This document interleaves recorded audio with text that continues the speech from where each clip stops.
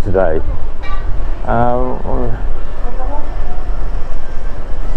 Downtown in the barangay of life.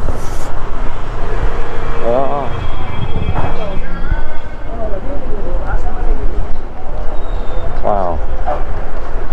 So last Saturday there was a major fire, barangay 21C,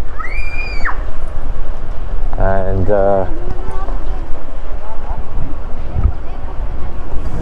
it's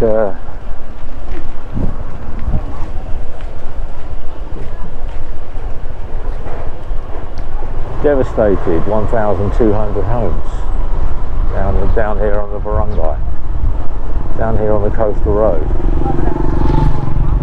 And I've not been down around here, so look at that. This is going up towards the boulevard. I've not been down here for about 4 or 5 months now. I've mainly just kept out of the way, coming down this part of Davao. I've been looking at the other side, up at Samal and up near the airport, and the other little bits that are going on around there. But this is the boulevard. I need to go right.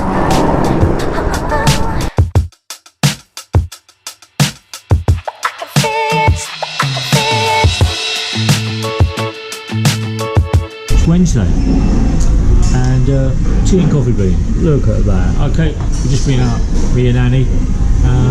We've just been to the National Bookstore, buy Annie some pens, 0.02 fine nib.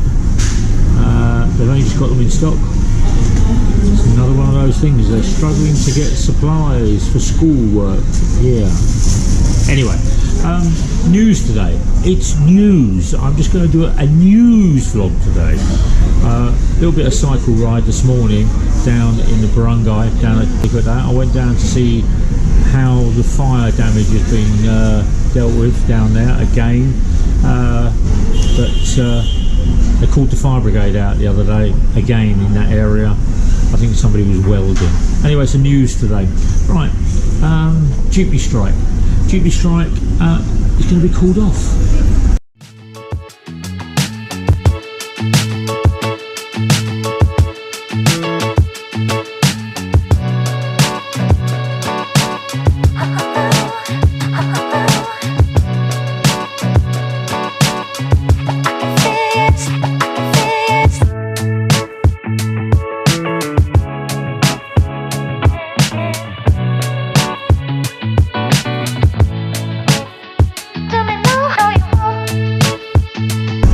It's day 3, and the Jeepney drivers say that it's been a massive success. It's hit home really hard. And then the MMDA, which is the government task force in Manila, says it's had no effect at all.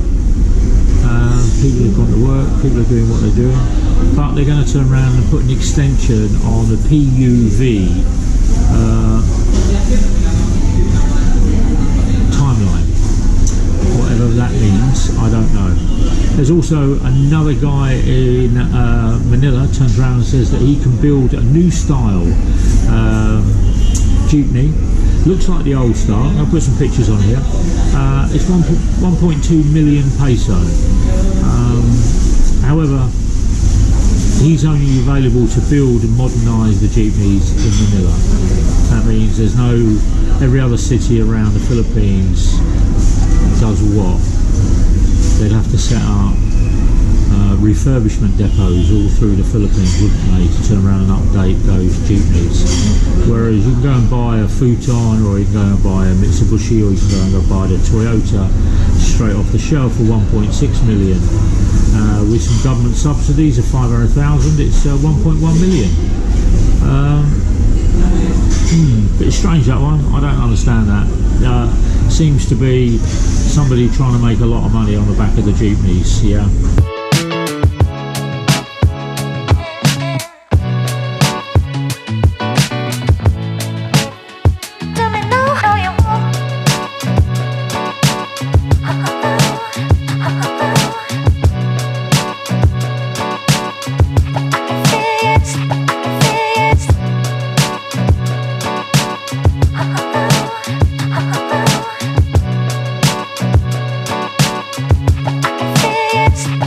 petition raised in Manila again with Mr. Marcos, Mr. Bonbon Marcos, about the Samal Bridge,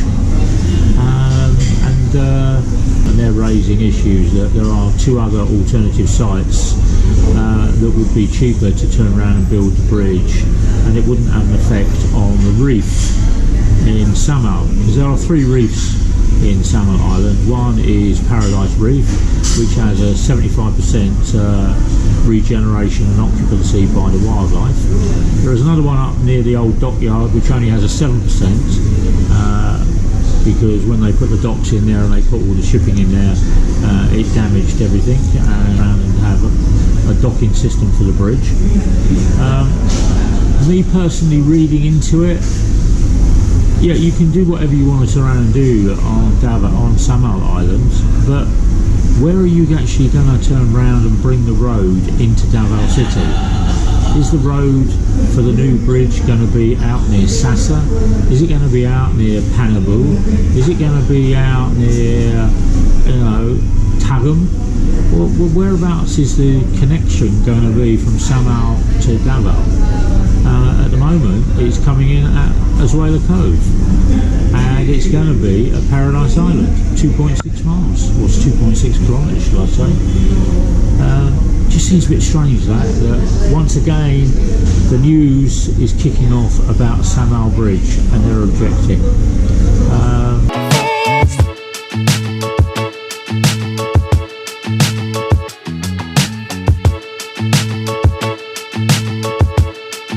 Borit's company, which is an electrical company, have just announced record profits of 2.8 billion peso up, which means that their profit for 2022 was 27.6 billion peso profit, and they still want to turn around and put the electricity prices up.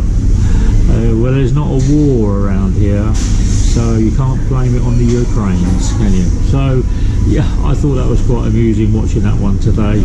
I thought, well, my God, more companies are coming out of the woodwork making a lot of profit on the back of the Filipino people in 2022. Now the other one was on Saturday. There was going to be a synchronized drone flights down at Baguio Playa, a part of the Araw no Nang Davao. Yeah. However, at 5 o'clock in the afternoon, the data signal from the telecom company dropped. There's an official statement gone out about this, which meant that the drone flight and the synchronised dancing of the drones over Baguio Playa couldn't happen. So there were hundreds and hundreds and hundreds of people were asked, and a friend of mine was over there, and they were asked to turn off their mobile phones. Oh dear me. A telco company, why are you charging so much money for a poor service? Why would you turn around and charge all these Filipinos for their data and their load, and then ask them to turn off their phones for what they're paying for? Why don't you increase your data, protect your coverage, increase your signal strength? Nice coffee, and I'm enjoying that. Annie's going to school today. Because of the Jeepney strike this week, Annie's been told to work from home and do her schooling from home. However, it's Wednesday and she's got to go to school tonight, which is another baffling point for me, because there are less taxis and less jeepneys at 7, 8 and 9 o'clock at night. Why don't the teachers get her to go to school at 11, 12 and 1 o'clock in the daytime, when there are taxis and there are jeepneys out there on the road? These students out on the road at night when there's no transport, they'll all be walking home. Yeah. So yeah, so I'm at SM. It's very quiet today, very quiet, because everybody's staying at home. It's hot outside, it's 36.5, but find it a bit bemusing, some of this stuff, a bit bemusing. Oh, we had an earthquake yesterday, 6 points on the Richter scale. Yeah, that was in Davao. And then an hour later, we had a 5.2 up at Davao Occidental, up near Kneale and Caraga.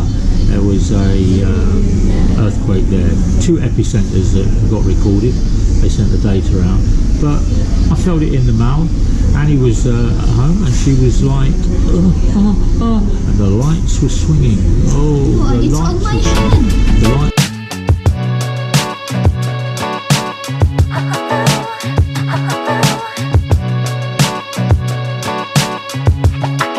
On my hand. The lights are swinging above Annie's head. Look, see? Oh, there we go. It's only a little bit of wibbly wobbly. Yeah, I'm going to have some pork casserole tonight with spaghetti or rice. No, I think I'm going to have rice tonight. So, new subjects that were here. I'm going to walk along Davao River tomorrow because they've finished most of the defensive wall along the river now, so that I can actually walk along there. I think they've done a great job. I've looked at it from the bridge. It looks really nice. So I'm going to walk along there tomorrow, out in the midday sun. An Englishman out in the midday sun. We've got, what else have we got? Oh, 26th of March, something to look forward to. There's going to be a half marathon or Ironman competition at Azuela Cove. They're going to be running, swimming and biking for 13 kilometres, so that's going to be good. There's 11 world-class athletes flying in for that, men, and there are 7 world-class athlete women flying in for that event.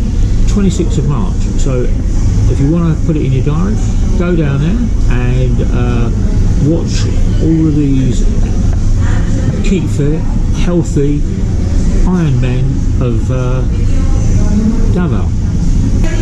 So, like, share, subscribe. You look after yourselves, guys. Davao City, the safest city in the world.